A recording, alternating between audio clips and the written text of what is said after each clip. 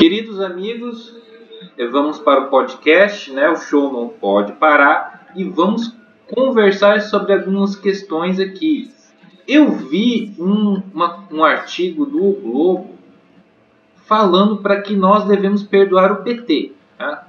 Por conta da visão que o autor do artigo tem sobre o governo Bolsonaro, é preferível para ele que a gente perdoe o PT, porque é uma alternativa e devemos deixar o nosso ódio ao PT de lado.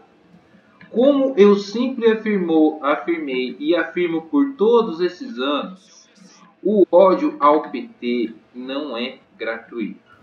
Até porque eu posso usar essa mesma retórica de ódio gratuito ao que os petistas e esquerdistas têm pelo Bolsonaro, que é um ódio gratuito. Ah, mas eles vão afirmar mil coisas. Vão afirmar que eles não odeiam o Bolsonaro de graça.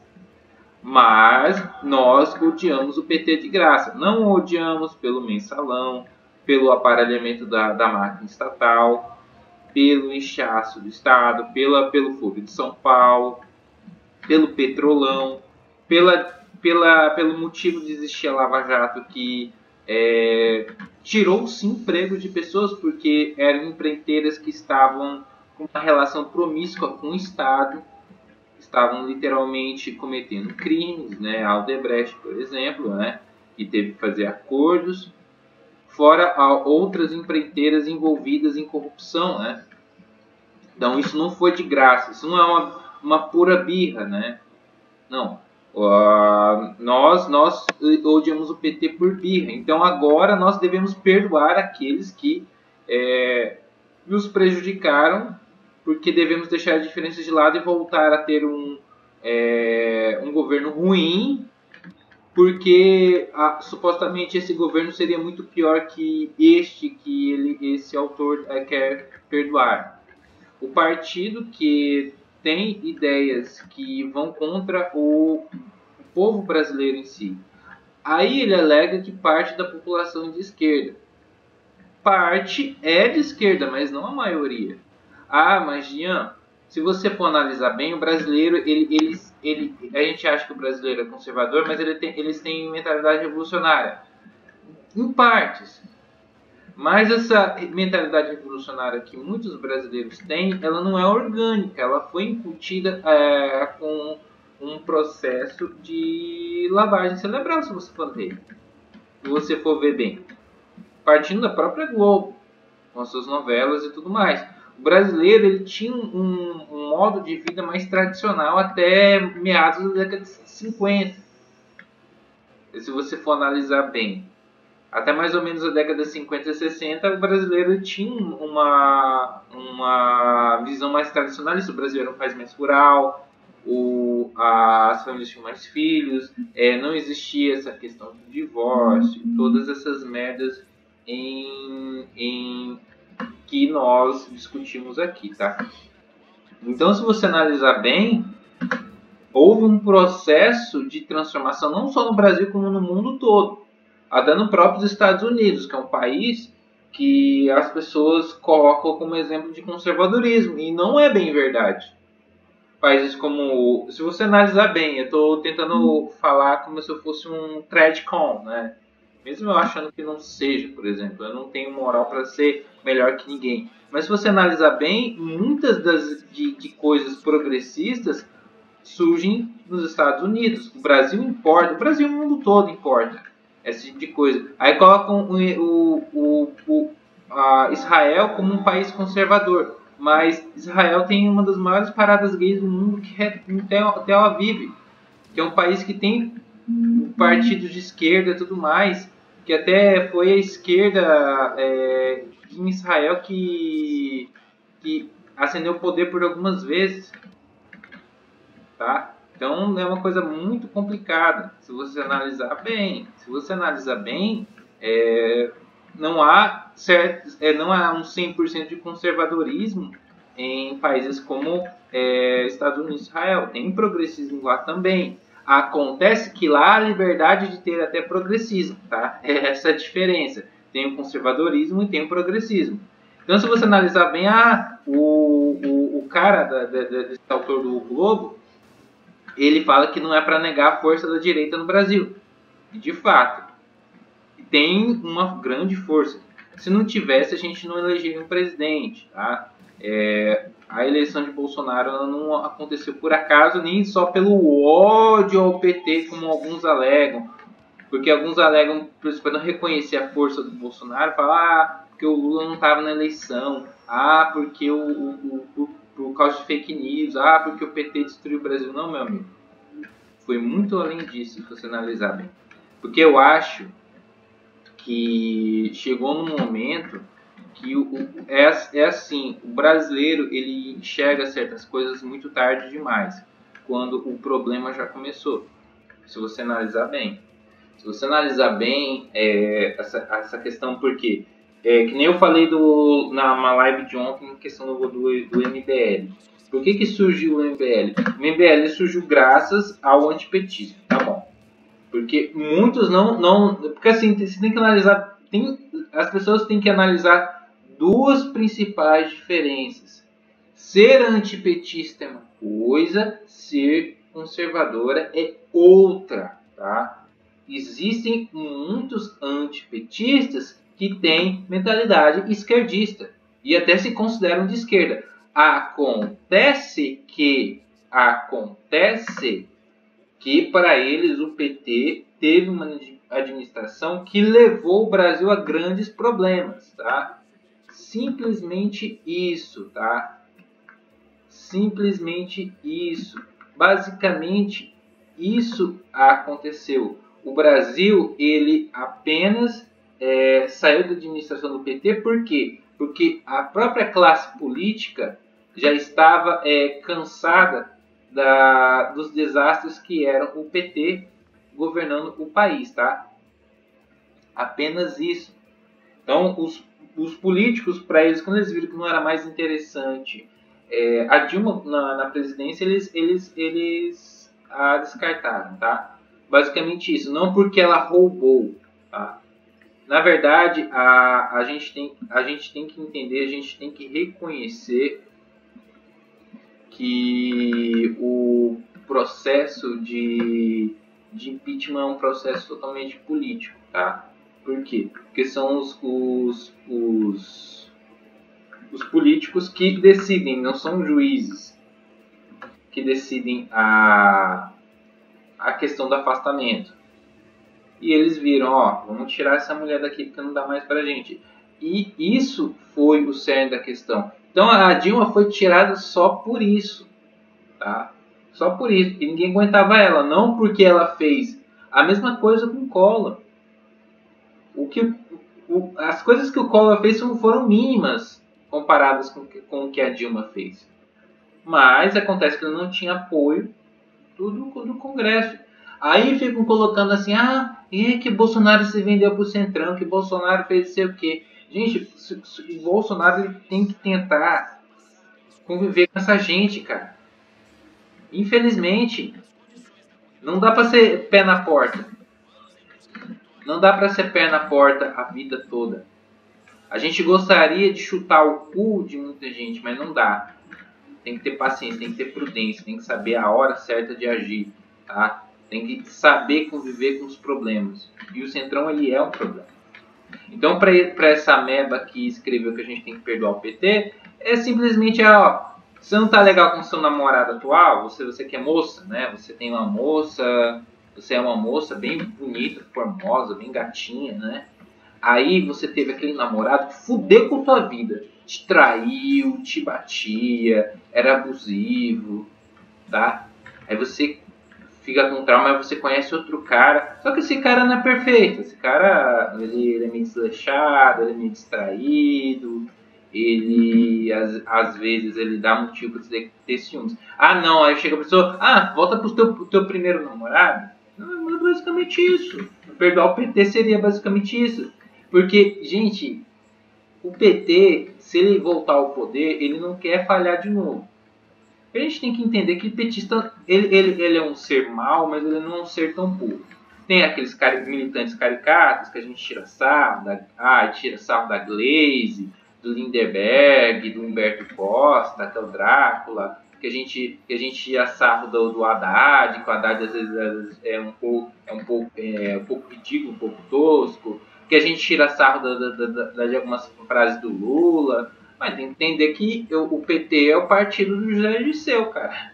E o José Dirceu já disse, nós vamos chegar ao poder e isso não quer dizer que a gente vai ganhar a eleição. Basicamente isso. Então, se vocês ficarem com esse pensamento pueril, totalmente pueril, que vamos trazer debate. Para petista não tem debate. Petista, se eles usarem meio legal para acabar com a tua vida, eles vão usar. Olha, você quer um exemplo disso? O Danilo Gentili. Danilo Gentili estava vociferando contra o Bolsonaro, que ele alegou que o Bolsonaro mandou o SBT demitir ele. Vocês ficaram sabendo dessa. O Bolsonaro negou. O mesmo Danilo Gentili foi perseguido e foi enchido de processos judiciais por pessoas do PT que ele criticou. Agora ele vocifera contra o Bolsonaro. O Bolsonaro o processou? Não. Ele tem qual que é a prova que ele tem que o Bolsonaro tentou demitir, que mandou o Silvio Santos demitir ele? Ele foi demitido? Não sei, acho que ele continua no ar. Tá? É uma coisa aí que fica a palavra do Gentili contra a palavra do Bolsonaro. Tá? E eu acho que, sinceramente, eu não perderia meu tempo se eu fosse o presidente com o Danilo Gentili. Tá? Que é apenas um comediante. Apesar que eu acho que ele já perdeu a graça faz tempo. Mas não há nada... Não há um grande risco que o Danilo Gentili poderia causar ao presidente Bolsonaro. Que prejuízo à popularidade do presidente. Pelo menos eu enxergo dessa forma, tá? Pelo menos eu enxergo dessa forma, tá? Eu não sei o que o Danilo Gentili seria de risco para o Bolsonaro, tá? Apenas enxergando por essa lógica. Então, gente, quem que acusou o Bolsonaro de fazer disparos em massa? O PT. Quem queria regular a mídia? O PT. Aí vem um jornalista falando, gente, perdoa o PT, tá? O PT, ele se redimiu. Não, que a gente tem que perdoar o PT porque agora não há tempo da gente ficar assim. Tipo assim, o cara... Vocês podem ver uma coisa. O cara é tão desesperado que ele quer o seguinte, vamos ali voltar para aquela situação primeiro, porque essa aqui eu não tô gostando dessa aqui, aquela ali é melhor, tá? Mas, meu amigo, se o povo brasileiro escolheu Bolsonaro, porque quando o PT estava com um problema lá do impeachment, você fala, respeita os 54 milhões de votos. Agora eu falo para vocês, respeita os 57, 58 milhões de votos que o Bolsonaro teve na eleição de 2018. Se essa considerável população de 30% de esquerda, que nem diz do eleitorado, que nem diz o cara no artigo, por que o Haddad perdeu por 10 milhões? Porque muita gente deixou de votar, mas deixou de votar por quê? Acho que foi de graça, se eles não gostavam do Bolsonaro, por que eles não votaram no Haddad? Por que tanta gente votou nulo? Hein? Eu me pergunto. A Dilma quase perdeu a reeleição por Aécio. Cara, por acho que menos de 1 milhão de votos. Tá? Tem gente que falou que teve fraude, tá? Não nem quero entrar nesse mérito. Pode ser que nem houve fraude. Tá? Eu não sei. Eu não quero afirmar nada aqui. O Aécio também não era uma figura palatável para muitas pessoas, tá? Até porque, apesar que o PT fez um bom trabalho em assassinar a reputação de alguém que já nem tinha reputação. Foi a coisa mais fácil do mundo assassinar. É a coisa mais fácil do mundo assassinar a reputação de quem nem tem reputação. Foi o caso do Aécio. Era tipo assim, dar um tiro de misericórdia, tá? O cara é uma pessoa suja como o Aécio Neves, tá? Então não foi um trabalho muito fácil para o PT acabar com a reputação de alguém que já nem tinha reputação, tá? Então eu até compreendo que naquela época as pessoas escolheram o PT por conta de questão de estabilidade da economia, e todas as falsas visões que o brasileiro tinha na época, né? Ele achou que estava tudo bem e que as pessoas estavam comprando mais e outras questões. Até porque por receio do próprio Aécio Neves, tá? Que o PSDB nunca foi um partido interessante para governar esse país, tá? Nunca foi um partido assim que traria estabilidade, porque seria aquele partido que também teve a oportunidade de governar o país por 8 anos e mais decepcionou do que ajudou. E permitiu a vinda do PT. Porque se eles fossem competentes, se o Fernando Henrique fosse um bom presidente, ele faria um sucessor. Ele faria um sucessor. E não estou falando de ponto de vista ético e moral, não. Estou falando do ponto de vista governamental, de administração. Porque eu até entendo que ele pode até ter sabotado a si mesmo e seu governo em determinada época para propiciar uma falsa polarização para que seu, entre muitas aspas, opositor político viesse ao poder. Porque existia certas conversas dos bastidores que o Fernando Henrique fazia campanha para o Lula em off, né? Inclusive, ele até colocou uma pessoa como José Serra, acho que de propósito, para perder a eleição. Ele poderia ter colocado outro nome do PSDB na época, acho que existia outros nomes melhores, mas a escolha do PSDB pelo Serra parece que a mim foi, de certa forma, um teatro das tesouras, assim, tá? Agora não sei com que objetivo. Já que o próprio PSDB foi achincalhado pelo PT por muitos anos. Até porque que eu acho que foi um morde a sopra, né? Tipo assim, vamos fingir que a gente é inimigozinho aqui pra dizer que a gente não se gosta, tá? Então é isso. Então vem esse cara e fala pra você perdoar o PT. Simplesmente isso. É uma coisa bastante curiosa. E ele fala, né, esse mesmo colunista, ele fala, por exemplo, da questão que os países que tiveram mais mortes foram os países de conservadores, né? A gente pode até entrar pelo mérito dos objetivos do Najib. Toda semana eu vejo uma notícia que surgiu uma nova doença na China. Agora, com que objetivo eles fazem isso? Como um país como a China consegue gerar tantas doenças de um ponto de vista sanitário? Isso aí eu posso deixar até para outra discussão. Tá? E por que agora, além da hidroxicloroquina que o presidente está tomando, eles querem agora desacreditar a ivermectina? Sendo que existem médicos que estão recomendando o uso da ivermectina.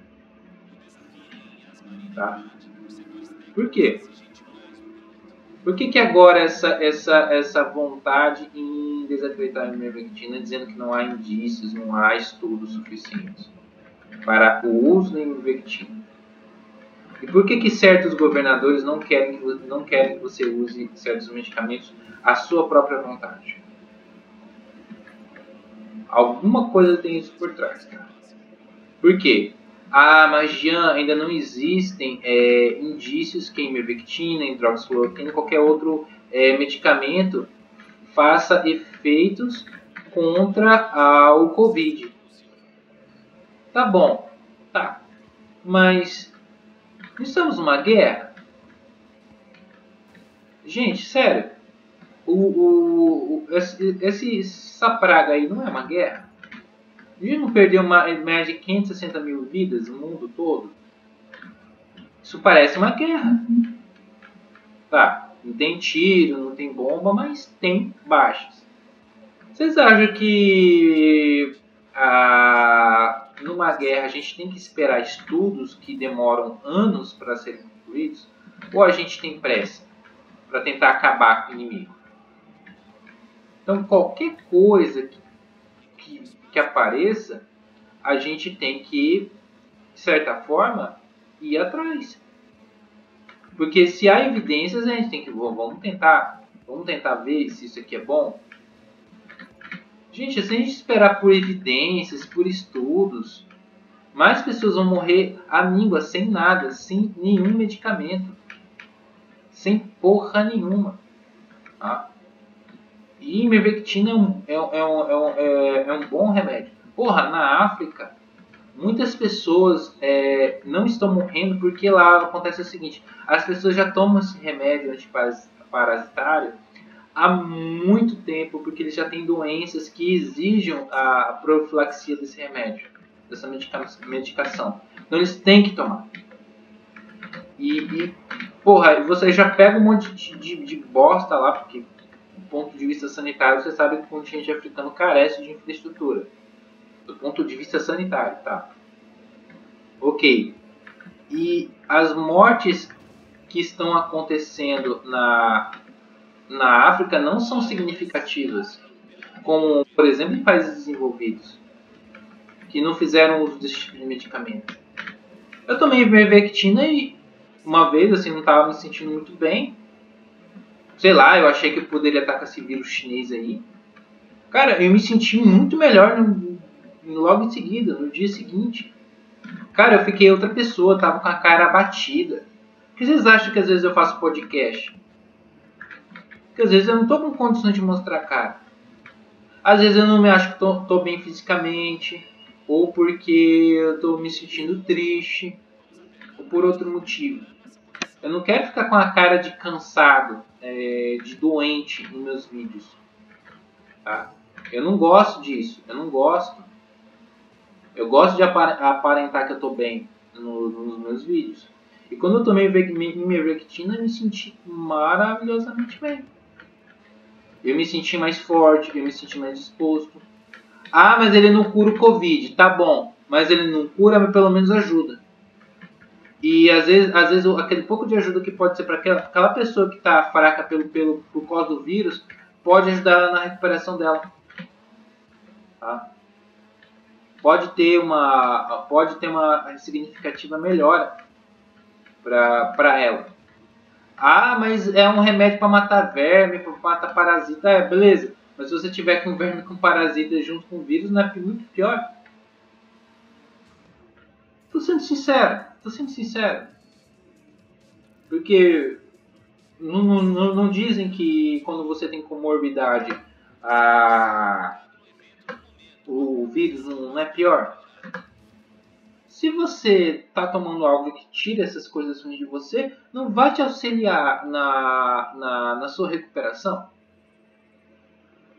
Porque até esperar, velho, por que a gente tem praticamente 70 mil mortes no Brasil? Vamos analisar o cenário do Brasil. Ah, estão falando porque reabriu a economia, mas vamos chegar lá. Vamos chegar lá. Os políticos, eles chegaram em você e falaram para você fechar teu comércio, fechar teu empreendimento por conta do decreto da quarentena. E tá bom. Aí você não pode andar na rua, você não pode ir pra praia, você tem que usar máscara, você tem que seguir normas, leis, decretos, porque esses decretos dizem que é para você ficar vivo, né, para evitar que a doença se alastre. Tá bom.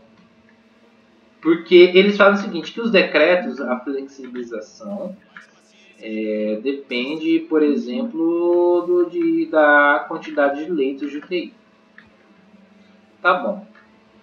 Aí eles falam assim, quando tiver 90%, só funciona comércio essencial, tem lockdown, você tem que comprovar que você está indo para o supermercado e não abre mais nada. Se tiver, sei lá, 70% pode abrir tal empreendimento. Se tiver 50% de leitos da UTI, tá bom. Você sabe que a UTI é um aparato caro, tá? Não é fácil, não é barato, não é fácil você manter leitos de UTI. Medicina em si é cara, tá? Medicina, equipamentos médicos são caros, medicina é um curso caro, formar um profissional médico é caro, custoso, tá? O cara fica 6 anos na faculdade, tem que fazer residência médica, especialização, cara. Antibióticos são caros, equipamentos médicos são caros, tá bom?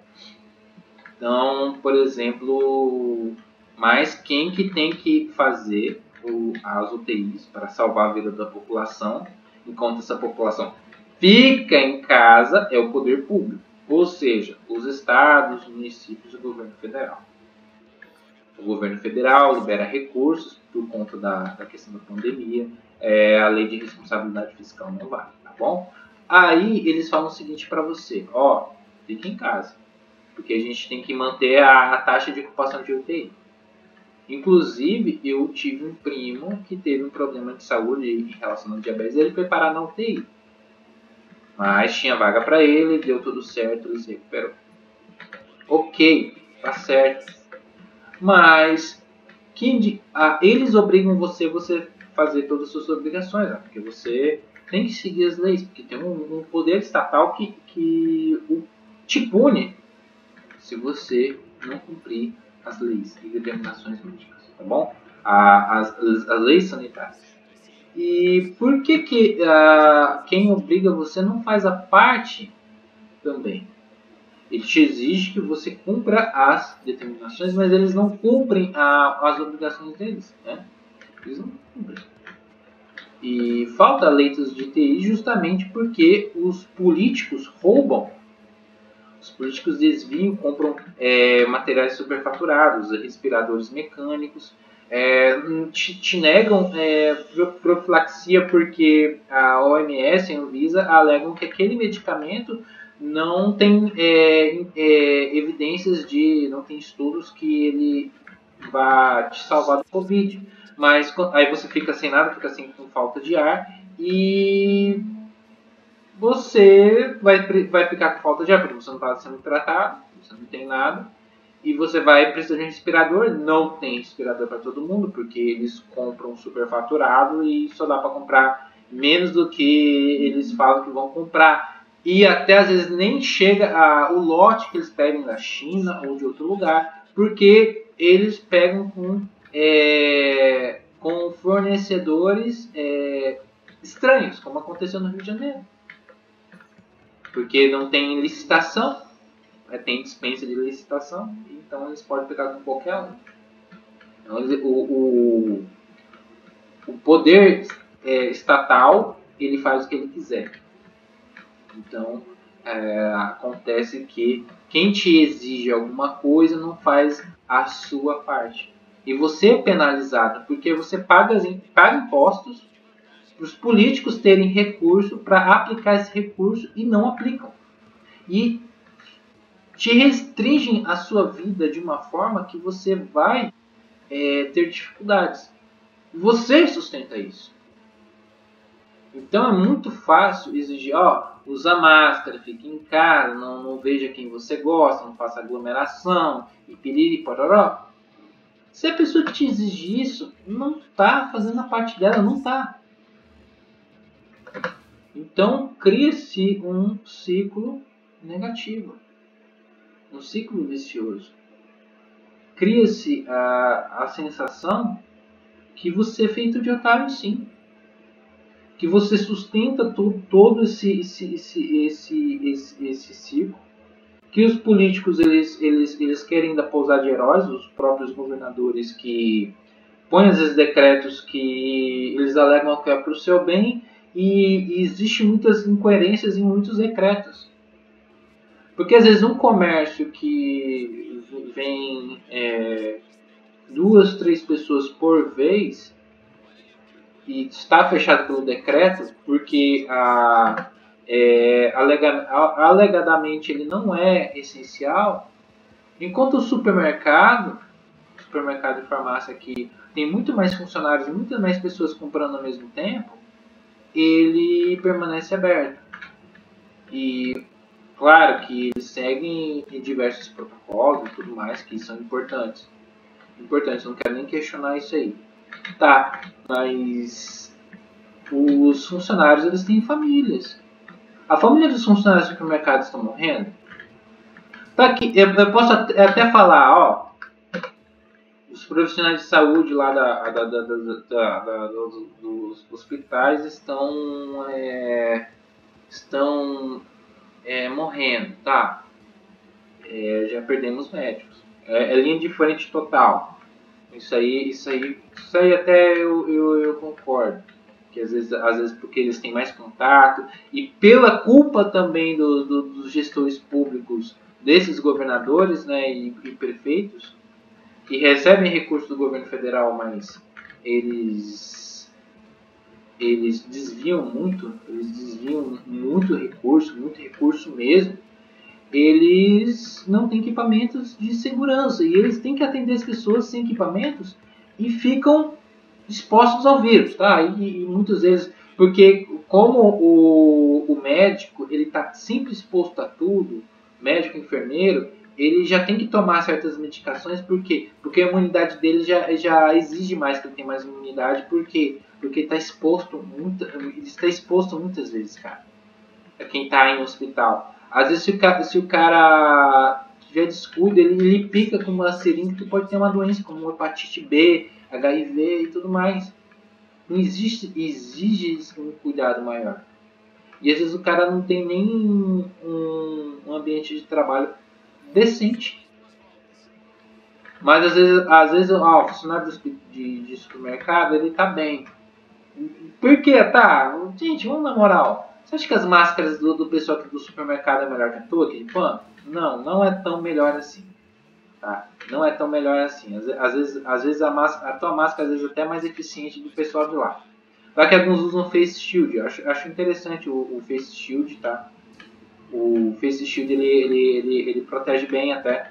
E não tem aquela coisa de você ficar sufocado com a voz sufocada. Mas nem todo mundo também tem um equipamento decente. E o comércio está funcionando.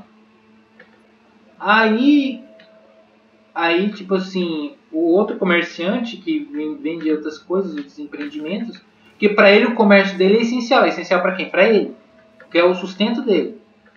Ah, tá fechado. Isso que é incoerente. Ah, porque a praia tá fechada. Ah, porque para prevenir o coronavírus. Mas, cara, às vezes a pessoa tá sozinha na praia. Tá caminhando. Não. Aí agora fala que o vírus pega no ar.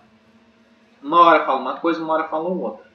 Então a entidade que não sabe, nem conhece o problema de fato, fica falando, oh, isso aqui não pode, isso aqui não pode. Tem que esperar a vacina. Pô, essa vacina, cara, se você ficar esperando por vacina, a gente tá fudido. Cara, ó, a gente tá em mês 7. Tá em julho. Estamos em julho e essa merda começou em janeiro. 6 meses do ano já foram perdidos. 6 meses do ano já foram para o espaço. Para muitas pessoas, por mais que ela volte a ter uma vida, entre aspas, normal nas próximas semanas, que, tipo assim, vamos supor que a passe de máscara e o coronavírus suma e as pessoas voltem da onde elas estavam. Gente, você acha que é fácil a pessoa recuperar a vida dela em tão pouco tempo? O prejuízo que ela teve de arrecadação, de endividamento. Por quê? Porque ela não tem dinheiro. Velho, vai demorar anos e anos para tudo voltar ao normal. Então, as autoridades que te obrigam a você ficar em casa não foram eficazes para conter o problema e agora jogou o problema para você. Isso é grave, cara. Isso é grave. Isso aí é grave. Então a gente tem que chamar. A gente tem que entender quem é mesmo a responsabilidade. De você, se você vê um parente, um amigo seu, uma pessoa que você ama, você é um filho da puta porque você está passando coronavírus. Mas o político que desvia, que rouba, que não tem competência de fazer um leito de UTI decente para manter lá o número, ele é o herói. Quem que é herói, quem que é vilão? Esse é o meu questionamento e eu fico por aqui, tá bom, galera? Muito obrigado.